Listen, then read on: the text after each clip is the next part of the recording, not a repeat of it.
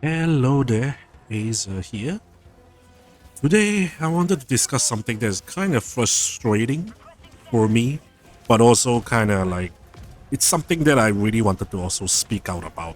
Especially as a live service enthusiast myself.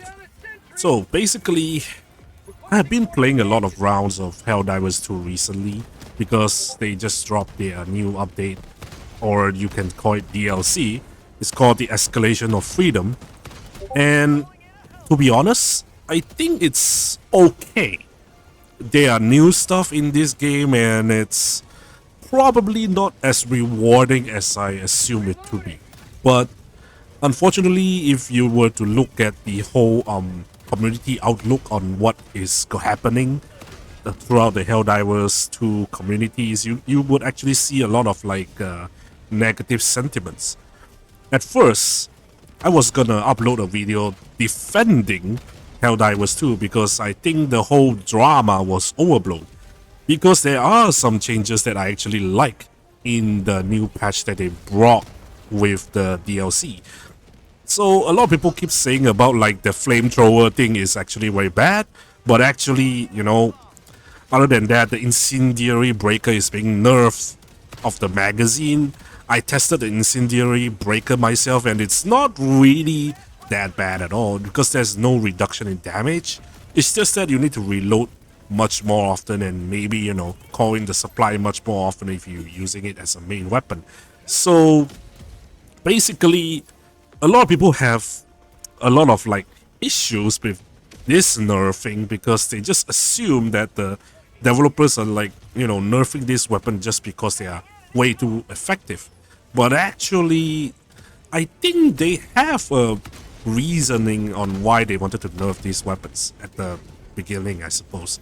Now, with what the current team is actually like doing, I think we also need to address that, you know, they are not exactly the best developers out there as well. Arrowhead Studios, you know, they only have like they only have been creating indie games for the longest time, and they only have like several titles on their under their belt that's actually kind of notable, like Magica, and then maybe Helldivers 1. But even Helldivers 1 was like not even able to be a breakout success in any terms, It was like a fun little mini game, kind of an ordeal, I guess, because it's a top-down shooter.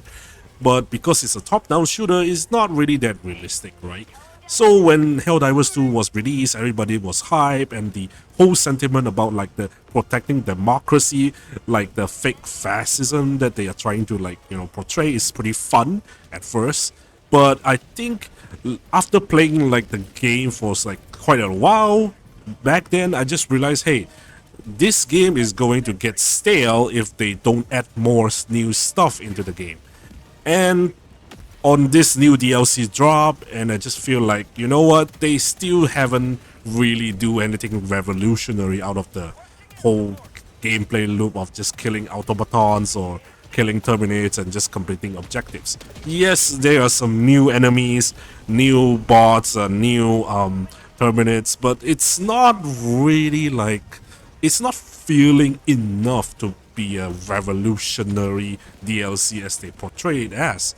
So, the whole escalation of freedom is just like basically like a 1.1 patch, to be honest. It's not really that huge of a kind of a, escalation as they actually assume to be.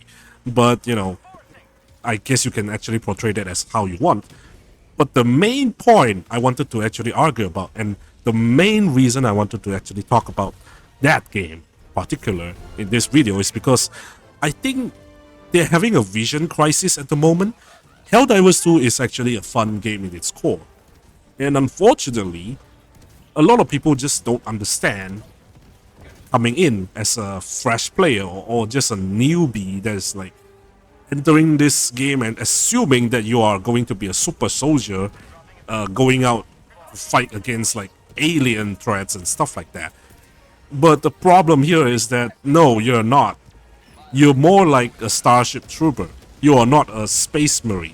The difference is pretty apparent because you see, when they actually advertise the overpowered weapons, it's more like the only your stratagems are the overpowered weapons, or your support weapons are the overpowered weapons. It's not your primary or your secondary.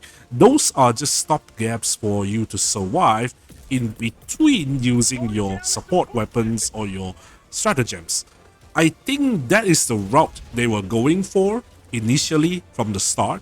And unfortunately, because they are going this route, that means if a certain weapon gets way too reliable, or if a weapon just became like the meta, or is being brought by a lot of like solo players into the battleground just because it's so effective on dealing with multiple targets at once, or is able to clear most of the targets that you require you to actually clear, especially in certain missions or dealing with certain bugs or bots and stuff like that.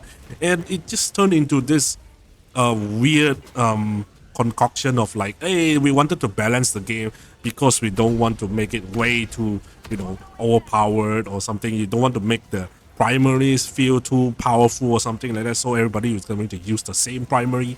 Okay, then why you didn't touch, auto cannons? Why you didn't touch the, the recoilless rifle? Why you didn't touch, more powerful weapons or the stratagems and stuff like that? Why? Why are those weapons are still like, that powerful, right? And then there's also like certain boosters that players would prefer to bring in all the time because of how effective they are. Why are you not nerfing them?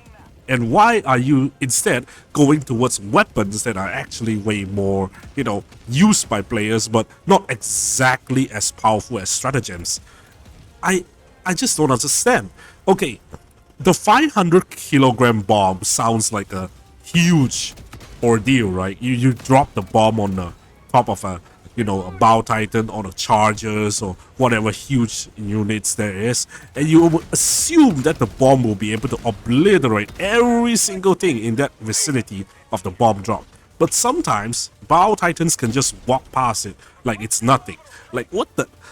Why don't you fix issues like that before going for nerfing primary weapons or secondary weapons? I don't understand. Okay, I think, all of the primary weapons or the secondary weapons, even if they are weak, at least, give us a reason on why they even exist in the first place. I don't really think people are angry because you are nerfing the most effective weapons. It's just that you have to realize that we are fighting against threats that are like way stronger than your common human enemy. It's basically robots that can fire back at you. It's basically aliens that can spew acid at you, and you definitely require something at least to equally return fire. You cannot just assume that every single player is going to be happy with weak weapons, and that's the issue here in the game. Is that sniper rifles or the marksman rifles are just pointless. The assault rifles are mostly just really just staying there just for show. And the only reason for you to use them is maybe you can fire the enemy from a far away spot, but it's still not as effective as something like the slugger or the breaker incendiary. And a lot of people are going to just instead going to choose that. Or maybe, people are going to choose the rocket propelled jar dominator as well, by the way, because it's a rocket propelled weapon. Of course it's going to be effective, right? But even that weapon is not able to penetrate most of the heaviest armor. So what is the point? Why are these weapons are like getting so weak despite looking like they are very, very effective weapons when they are shown in the trailers? Why are you trying to lowball players into getting a war bond that they didn't fully realize that, hey, they spend their money or they spend their hard-earned time grinding super credits to get these war-born weapons that are not really that effective. And in the end, the very number one Warborn is still the Stealth Veterans Warborn because of how effective the weapons are. Jar Dominator, Incendiary Breaker, like the senator, the strongest secondary gun you can ever get, that is still like, that is way better than like the rest of others secondaries, if you ask me, except for maybe submachine guns, but those are like different category of weapons. So you are here telling me that you are just giving us this, pea shooters when our stratagems are able to, destroy whole bunches of enemy. And I get it. You want us to play co-op. You want us to play with our friends. You want us to have more, teamwork. You want us to actually, play with each other, help each other out with supply packs or pointers, and maybe, if you don't have any means to be able to dispose the elite enemy, you can just point towards them and pressing Q. You want that kind of gameplay, and I understand that. And I've been playing like that, but the problem is the issues are pretty apparent.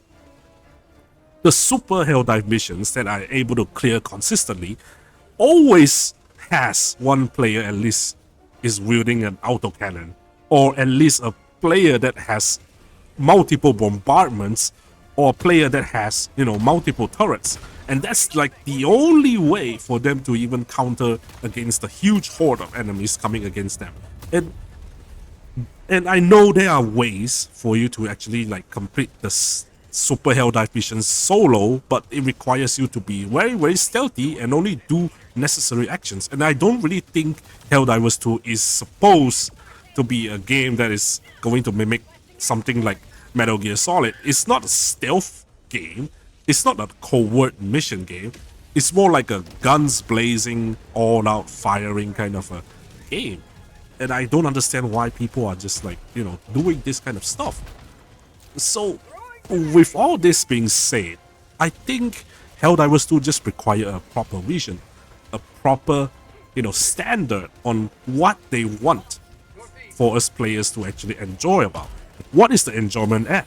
The enjoyment of using guns is not there. So are you assuming that, playing with other friends is going to be fun if a person keeps disconnecting or crashing from the game?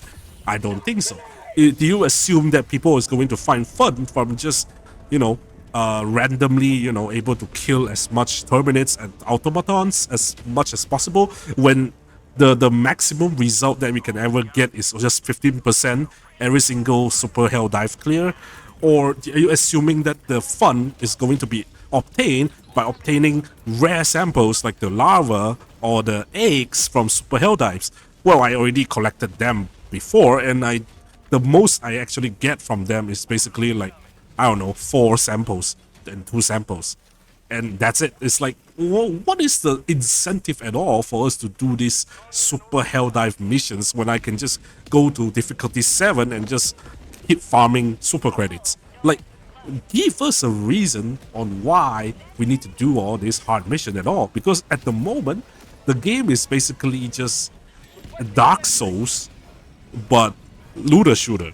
Dark Souls but third person, but you don't have any rewards at all given to you. Like, at least in Dark Souls or in Elden Ring, the reward that you obtain from killing a hard boss is usually like a rare weapon or a rare spell, stuff like that. That is very, very rewarding and literally changes how you play the game.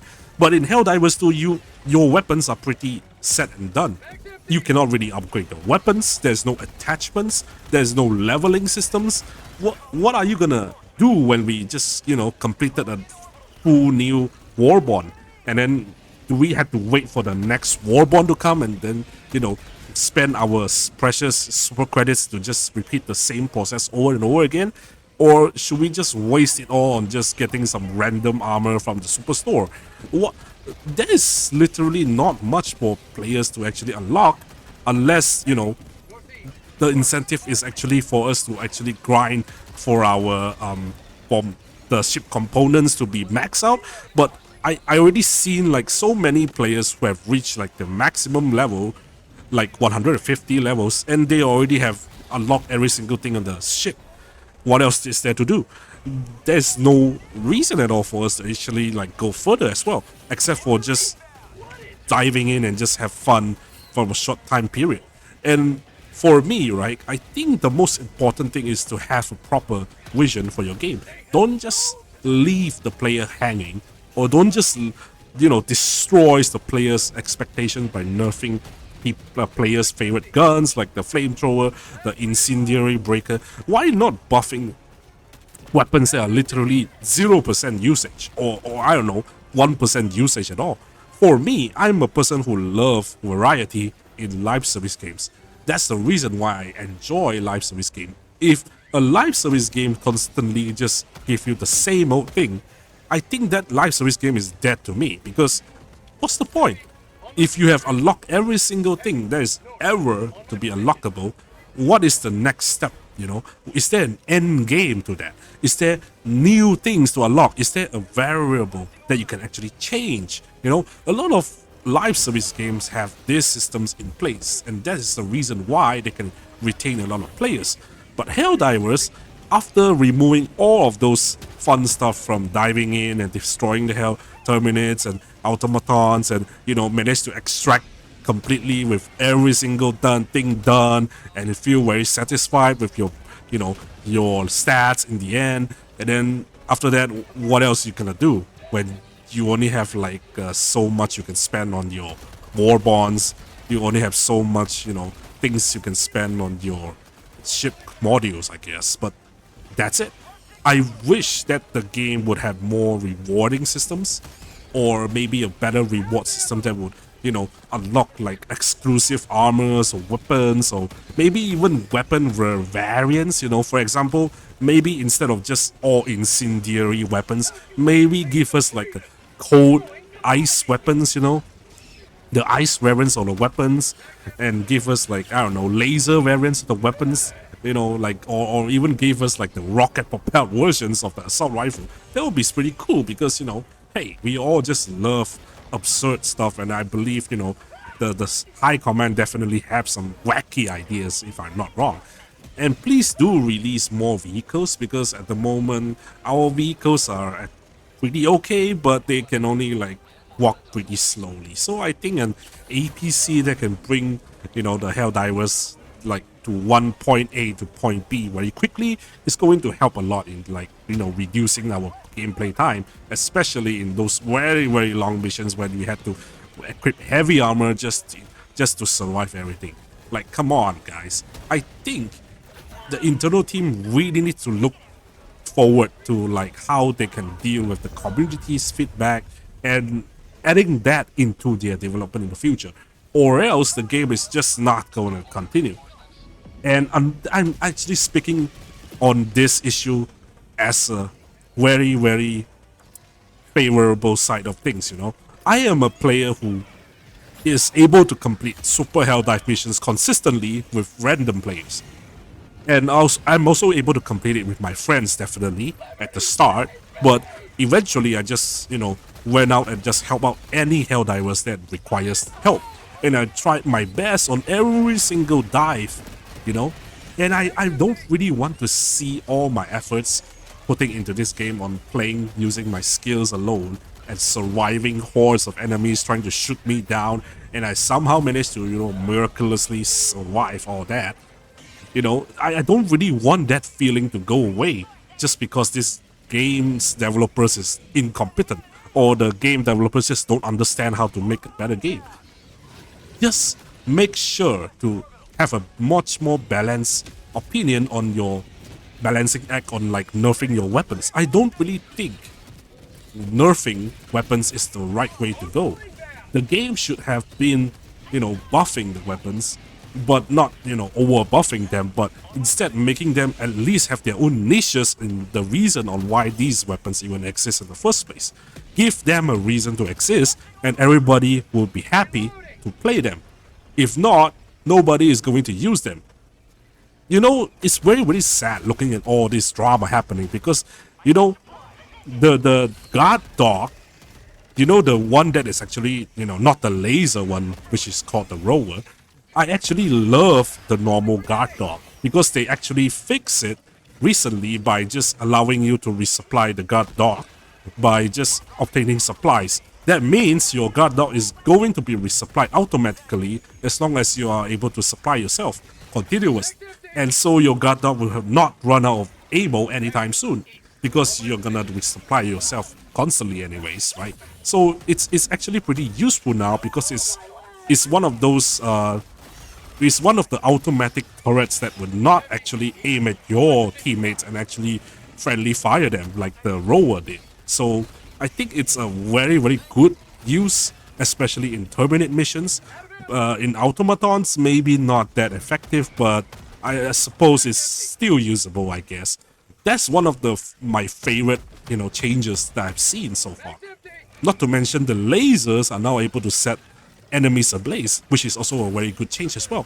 So why don't you do all these, better fixes, all these like positive changes, instead of like focusing on nerfing weapons or just changing them or just making them completely useless at all? Like, why? I understand the game is trying to portray like, oh, it's always a suffering to be a Helldiver and it's not an easy job to do. Yeah, sure. But you have to remember that most of the players who came back from hard, full days, full shifts of work, they just wanted to sit down, relax, and chill and play some Helldivers 2. They don't really want to see crap like, oh, sorry, your main loadout is useless now because they nerfed this weapon, etc., etc. No, I would prefer you to at least, make every single weapon to be viable and try your best at all to make every single thing viable so everybody can play whatever they wanted. Because I'm very, very tired of seeing nobody bringing the marksman weapons, nobody bringing any assault rifles, nobody using any liberators, nobody using any submachine guns at all. Like, why? Those weapons exist, they should be used. So, just do whatever you will with this video's feedback, but I just hope that the Helldivers 2 could be a way better game than its current state to be. So, that's all I wanted to rant about. I've been enjoying Helldivers 2 regardless of all this, drama that's going on with this game at the moment. But I just hope that, the developers try to not do the mistake the third time again. Because you have done the mistake the first time around, this is the second time you're doing the same mistake again. By not, nerfing a lot of stuff that players don't really like. Please don't do the same mistake one more time. If you do it again, then the whole player base is just gone. I'll be serious about that. And for now, I'll just say, hey, I'm just hoping the best for Arrowhead Studios regardless, but hopefully they are able to take all these feedbacks into heart. And I just wish that they don't focus way too much on removing fun. Please focus on things that matters, like fixing bugs, improving the co-op gameplay, adding a reconnect feature, increase the server capacity, optimize the server latency so that your other players will not randomly disconnect, if their internet is bad. Adding a reconnect feature to reconnect to recently played Helldivers would be the best thing ever. But so far, if I did disconnected, I just cannot go back to my old squad and I had to go into a random squad again. And that is kind of disappointing, but that's just my personal gripe. Other than that, that's all I wanted to talk about Helldivers 2 in this video. It's still a good game, it's just that I think this whole drama is warranted because of how they are actually reacting to the player base. Is just really, really unfair. So that's just my rant about this video. I don't really want to talk anymore now because I'm just going to be much more yapping if I wanted to continue on. But there is a lot of live service game out there, and Helldivers 2 need to be different enough so that players can actually have a reason on why they wanted to continue playing the game. And that's all. Thank you for watching until this point. If you like my videos, and maybe leave a like and subscribe, and I'll do more of this kind of videos, I guess, in the future about games that I like, And that's it. Sayonara.